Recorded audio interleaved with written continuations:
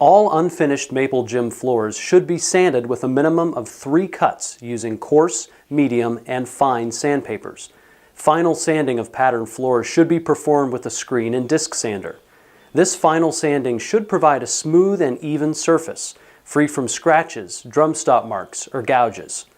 After sanding, the contractor should thoroughly vacuum the maple surface with a heavy-duty, commercial-type vacuum to remove sanding dust and grit prior to sealing and finishing.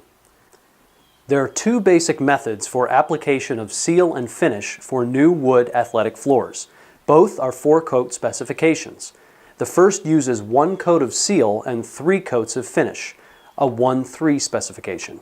And the second uses 2 coats of seal and 2 coats of finish, a 2-2 specification. The number of coats required may change with the use of a water-based urethane product versus an oil-modified urethane product.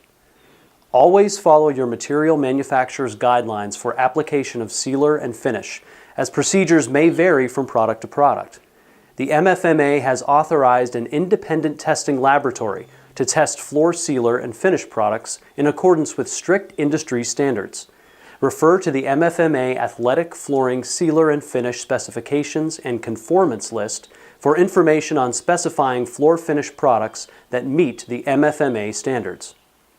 All unfinished maple gym floors should be sealed as soon as possible after final sanding is completed.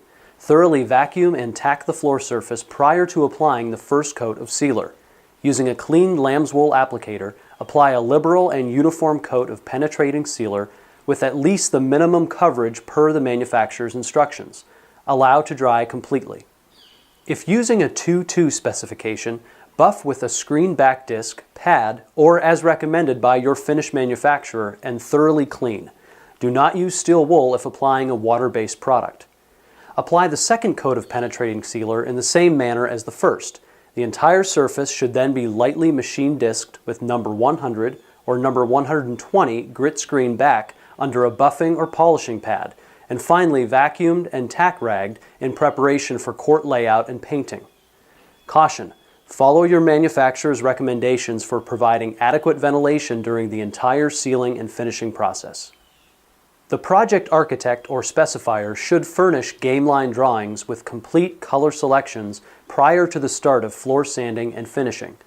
Apply game markings using paint that is compatible with the chosen sealer and finish. Mask and paint game lines with proper colors according to the architect's or specifier's blueprints and with the aid of precision taping machines or striping tools. When using masking tape, pull it up as soon as the paint begins to dry or set. After the game markings have thoroughly dried, lightly abrade using steel wool or a pad recommended by the finish manufacturer, then clean the floor surface.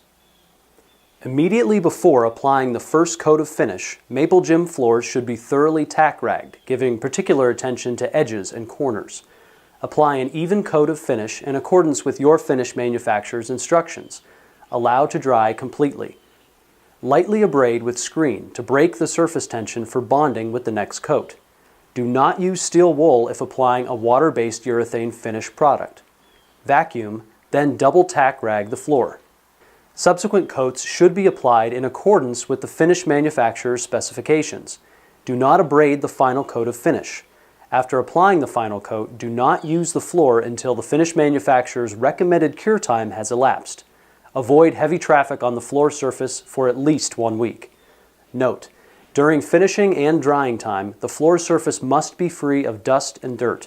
Avoid air currents that carry dust and dirt. Indoor temperatures and all sealers, paints, and finishes should be approximately 65 degrees Fahrenheit or higher during application. Allow adequate ventilation for proper drying. Maintain normal humidity conditions inside the facility to avoid blistering, flaking, and abnormally long drying and cure times.